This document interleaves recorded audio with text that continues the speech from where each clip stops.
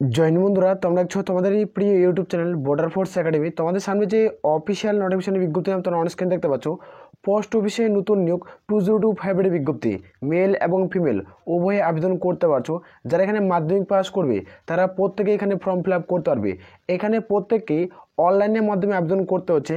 এখানে তোমরা বেতন দেখতে পাচ্ছ 38,480 টাকা থেকে স্টার্ট, যেখানে তোমরা 1,12,400 টাকা অবধি তোমরা স্যালারি পাচ্ছ। এখানে 23টি জেলা থেকে তোমরা প্রত্যেকে ফর্ম ফিল আপ চলছে। তোমরা নিজের সার্কেল অনুযায়ী অর্থাৎ নিজের ডিভিশন অনুযায়ী তোমরা জব পোস্টিং প্রত্যেকে পেয়ে যাচ্ছ। ভিডিওটি সম্পূর্ণ দেখো, দেখে যারা এলিজিবল তারা প্রত্যেকে আবেদন করতে পারো। আর এই ভিডিওটির মাধ্যমে আমরা পোস্ট অফিসের অফিসিয়াল নোটিফিকেশন নিয়ে আলোচনা করছি। ভিডিওটি সম্পূর্ণ দেখবে। আর আমি বারবার রিকোয়েস্ট করি, যারা চ্যানেলে নতুন চ্যানেলটিকে অতি অবশ্যই সাবস্ক্রাইব করে রাখবে। আসলে প্রত্যেক বোঝাচ্ছে আমরা সরাসরি অফিসিয়াল নোটিফিকেশন নিয়ে আলোচনা করছি। এটা হলো অফিসিয়াল নোটিফিকেশনের বিজ্ঞপ্তি। এখানে তোমরা প্রত্যেকেই দেখতে পাচ্ছ তোমাদের বয়স 18 থেকে তোমাদের বয়স 40-এর মধ্যে হয়ে থাকে, তাহলে তোমরা প্রত্যেকে ফর্ম ফিল আপ কিন্তু করতে পারছো। এর যে বয়সটি ধরা হবে সেটা তোমাদের 01/01/2025 অনুযায়ী তোমাদের বয়সটি ধরা হবে, মানে 1 জানুয়ারি 2025 অনুযায়ী তোমাদের বয়সটি ক্যালকুলেট করাবে। এর মধ্যে যাদের বয়স হয়ে থাকবে তারা প্রত্যেকে কিন্তু ফর্ম ফিল আপ কিন্তু করতে পারছো। আর যারা SC/ST প্রার্থী সরকারি হয়ে তোমরা কিন্তু 5 বছরের ছাড় কিন্তু পেয়ে যাচ্ছ, এটা সরকারি গভর্নমেন্ট রুলস অনুযায়ী। আর যারা OBC প্রার্থী তারা 3 বছরের ছাড় পেয়ে যাবে। অর্থাৎ যারা SC/ST প্রার্থী তাদের বয়স বলছে 18 থেকে তোমাদের বয়স যদি 45-এর মধ্যে হয়ে থাকে তাহলে কিন্তু প্রত্যেকে ফর্ম ফিল আপ করতে পারছো। যারা OBC প্রার্থী তাদের ক্ষেত্রে বলা হচ্ছে 18 থেকে তোমাদের বয়স যদি 43-এর মধ্যে হয়ে থাকে তাও তোমরা কিন্তু প্রত্যেকে ফর্ম ফিল আপ কিন্তু করতে পারবে। এটা হলো অফিসিয়াল নোটিফিকেশন ফাইনালিভাবে প্রকাশিত হয়ে গেছে। তোমাদের দীর্ঘ প্রতীক্ষার অবসান ঘটছে। তোমরা এখানে প্রত্যেকে অনলাইনের মধ্যে ফর্ম ফিল আপ কিন্তু করতে পারছো। এখানে তোমরা প্রত্যেকে দেখতে পাচ্ছ তোমাদের ইম্পর্টেন্ট ডেট কিন্তু এখানে উল্লেখ কিন্তু করা রয়েছে। এখানে তোমরা প্রত্যেকে দেখতে পেয়ে যাবে। এখানে ইম্পর্টেন্ট ডেট কী রয়েছে, এখানে প্রত্যেকে অনলাইন অ্যাপ্লিকেশন অর্থাৎ রেজিস্ট্রেশন তোমাদের শুরু হয়ে গেছে 10/2/2025, অর্থাৎ ফেব্রুয়ারি মাসের 10 তারিখ থেকে তোমাদের অনলাইন অ্যাপ্লাই স্টার্ট হয়ে গেছে। যেখানে আবেদন চলবে 3/3/2025, অর্থাৎ তোমাদের মার্চের 3 তারিখে লাস্ট। এর মধ্যে তোমাদের প্রত্যেকে আবেদন কিন্তু করতে হচ্ছে। আর এখানে যদি তোমাদের আবেদন করার সময় কোনো তথ্য যদি ভুল হয়ে থাকে বা উইন্ডো বা কারেকশন বলা হয়, তোমরা দেখতে পাচ্ছ এডিট, তোমরা 6/3/2025 থেকে মানে মার্চের তোমাদের 6 তারিখ থেকে তোমরা 8/3/2025-এর মধ্যে তোমাদের উইন্ডো কারেকশন কিন্তু করতে হবে। যেটা তোমাদের ভুল তথ্য রয়েছে সেই ভুল তথ্যগুলো তোমরা কিন্তু সঠিক কিন্তু করতে পারছো। এখানে ডেট কিন্তু উল্লেখ করা হয়েছে। তোমরা কিন্তু প্রত্যেকে কিন্তু সময় পাচ্ছ 2 দিন। এই 2 দিনের মধ্যে যদি কোনো তথ্য তোমাদের ভুল হয়ে থাকে তাহলে তোমাদের প্রত্যেকে সংশোধন কিন্তু করতে পারছো। এখানে প্রত্যেকেই ফর্ম ফিল আপ করতে হচ্ছে অনলাইনের মাধ্যমে। এখানে অনলাইন অ্যাপ্লাই লিঙ্ক ভিডিও নিচে পেয়ে যাবে, সেখানে তোমাদের প্রত্যেকে step by step form fill up কিন্তু করতে হবে। এটা হলো অফিসিয়াল নোটিফিকেশনের বিজ্ঞপ্তি। এখানে তোমরা প্রত্যেকে দেখতে পাচ্ছ তোমাদের অফিসিয়াল নোটিফিকেশন মেমো নাম্বার এখানে উল্লেখ করা আছে 17/2/2025 JDS, যেখানে গভর্নমেন্ট অফ ইন্ডিয়া, যেখানে তোমাদের ministry of communication department of post office JDS তোমাদের সিলেকশন এখানে তোমাদের উল্লেখ কিন্তু করা হয়েছে। এই নোটিফিকেশনের বিজ্ঞপ্তি কোনো কোথা থেকে পাবলিশ করা হয়েছে সেটা তোমরা প্রত্যেকে দেখতে পাচ্ছ 7/2/2025, অর্থাৎ তোমাদের এখান থেকে নোটিফিকেশনের বিজ্ঞপ্তি কিন্তু প্রকাশিত হয়েছে নিউ দিল্লি থেকে। এটা তোমরা প্রত্যেকে দেখতে পাচ্ছ। তোমার যেটা অনলাইন আবেদন শুরু হচ্ছে তোমার JDS অনলাইন এঙ্গেজমেন্ট শিডিউল 1 তোমাদের জানুয়ারি 2025। এটার বর্তমানে অনলাইনের মাধ্যমে তোমরা প্রত্যেকে ফর্ম ফিল আপ করতে পারছো। এই নোটিফিকেশনটা তোমরা প্রত্যেকেই অফিসিয়াল ওয়েবসাইট থেকে ডাউনলোড করতে পারো, নাহলে টেলিগ্রাম চ্যানেলে যুক্ত যাও, সেখানেও আমরা এই নোটিফিকেশনটা টেলিগ্রাম চ্যানেলে শেয়ার করছি। সেখানে তোমরা ডাউনলোড করে তোমরা প্রত্যেকে কিন্তু চেক আউট কিন্তু করতে পারছো। এখানে তোমরা প্রত্যেকে দেখতে পাচ্ছ এখানে 3 ধরনের পদে কিন্তু রিক্রুটমেন্ট করা আছে। এখানে 3 ধরনের পদে রিক্রুটমেন্ট করা আছে। প্রথম যেটা পদ তোমাদের BPM অর্থাৎ ব্রাঞ্চ পোস্টমাস্টার, এই পদে যারা ফর্ম ফিল আপ করবে, যখন তুমি এখানে ফর্ম ফিল আপ করছো তোমাদের এই পদে BPM এর পদে ফর্ম ফিল আপ করার পর তোমরা দেখতে পাচ্ছ তোমাদের IPPB এই যে প্রমোশন হবে। তোমরা ধরে নাও BPM পদে চাকরি করছো, চাকরি করার পর তোমাদের IPPB অর্থাৎ তোমাদের কিন্তু ইন্ডিয়ান পেমেন্ট ব্যাঙ্ক, এর সঙ্গে তোমাদের প্রমোশন হবে। তোমরা এখানে ভালো মানের একটা স্যালারি পাচ্ছ। তোমাদের এখানে বর্তমানে তোমাদের স্যালারি থাকছে তোমাদের 24,000 টাকা। এই 24,000 টাকা তোমরা স্টার্টিং পয়েন্ট স্যালারি পাচ্ছ। তোমাদের স্টার্টিং পয়েন্ট স্যালারি পাওয়ার পর যখন তুমি IPPB এই ব্যাংকে তুমি এখন তুমি জব পোস্টিং পাবে, তোমাদের স্যালারি তোমাদের মিনিমাম তোমাদের 40,000 টাকা তোমাদের স্যালারি থাকবে। 40,000 টাকা প্লাস সামথিং স্যালারি থাকবে। তোমরা এখানে 1 বছরের মধ্যে তোমাদের প্রমোশন ভিত্তিক হয়ে যাবে। তুমি চাইলে এই পোস্টে আবেদন করতে পারো।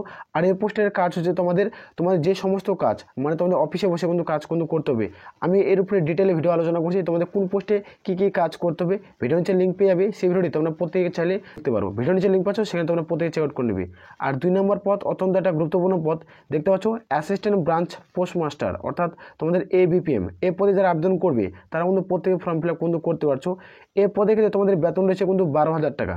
এই পদে ক্ষেত্রে তোমরা কিন্তু 12,000 টাকা স্টার্টিং পয়েন্ট তোমরা স্যালারি পাচ্ছ।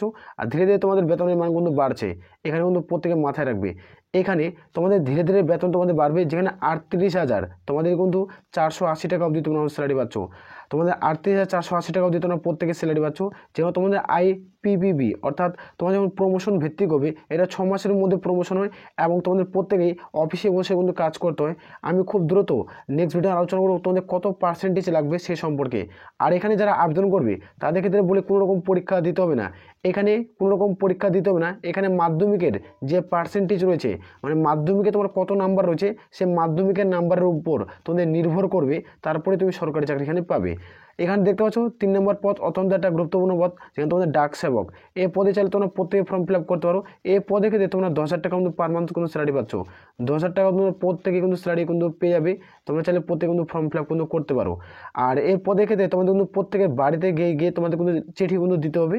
আর এই পদের ক্ষেত্রে তোমাদের প্রমোশন ভিত্তিক যখন তুমি স্যালারি পাবে, যখন প্রমোশন হয়ে যাবে তোমার স্যালারি তোমরা পাবে তোমরা কিন্তু 24,000 টাকা, 24,380 টাকা কিন্তু তোমরা কিন্তু স্যালারি পাবে।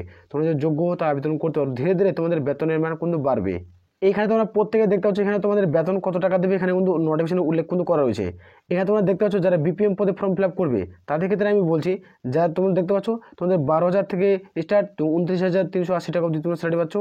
ABM এবং ডাক সেবক পদে যারা ফর্ম ফিল আপ করবে তাদের 10,000 থেকে স্টার্ট, যেখানে 24,470 টাকা অবধি তোমরা আমাদের প্রত্যেকে স্যালারি পাচ্ছ।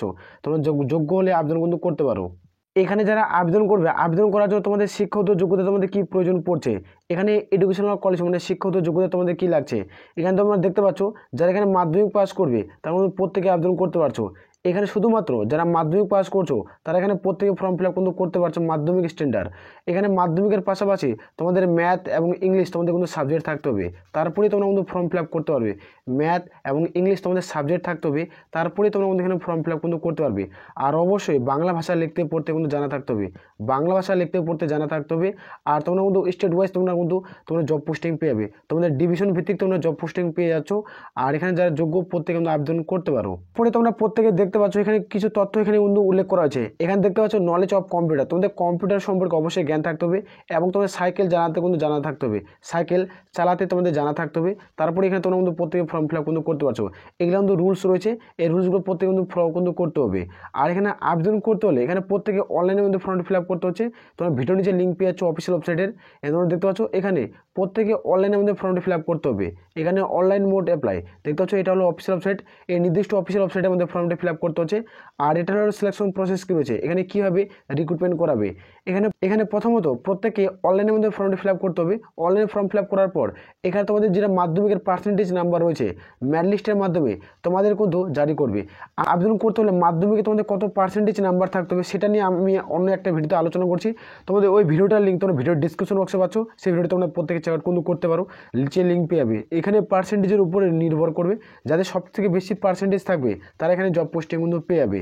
এখানে প্রত্যেকের ক্লিয়ার বুঝাতে পারছি। এখানে যারা মাধ্যমিক পাস করে তার মাধ্যমিকের পার্সেন্টেজের উপরে এখানে কিন্তু নির্ভর কিন্তু করবে।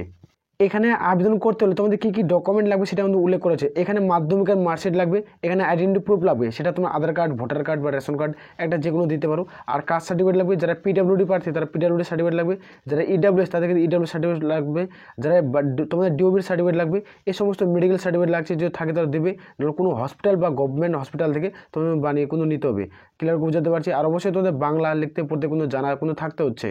আর এখানে যারা আবেদন করবে, আবেদন করার জন্য অনলাইনের মাধ্যমে তোমাদের কত টাকা আবেদনের মূল্য দিতে হচ্ছে, এখানে পেমেন্ট ফিস কত টাকা দিতে হচ্ছে। যারা UR জেনারেল প্রার্থী রয়েছে তাদের ক্ষেত্রে 100 টাকা, যারা SC ST PWD প্রার্থী তাদের ক্ষেত্রে কোনো রকম আবেদনের মূল্য লাগছে না, তারা আপকোর্স ফ্রিতে বিনামূল্যে আবেদন করতে পারছো।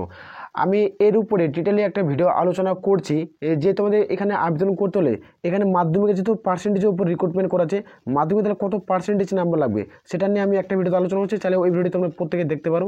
আর আমি বারবার রিকোয়েস্ট করি যারা চ্যানেলে নতুন, চ্যানেলটিকে অতি অবশ্যই সাবস্ক্রাইব করে রাখবে। আসলে প্রত্যেকের বোঝা গেছে। তাহলে এ বলে আমরা এখান থেকে ভিডিও শেষ করছি। জয় হিন্দ, জয় ভারত।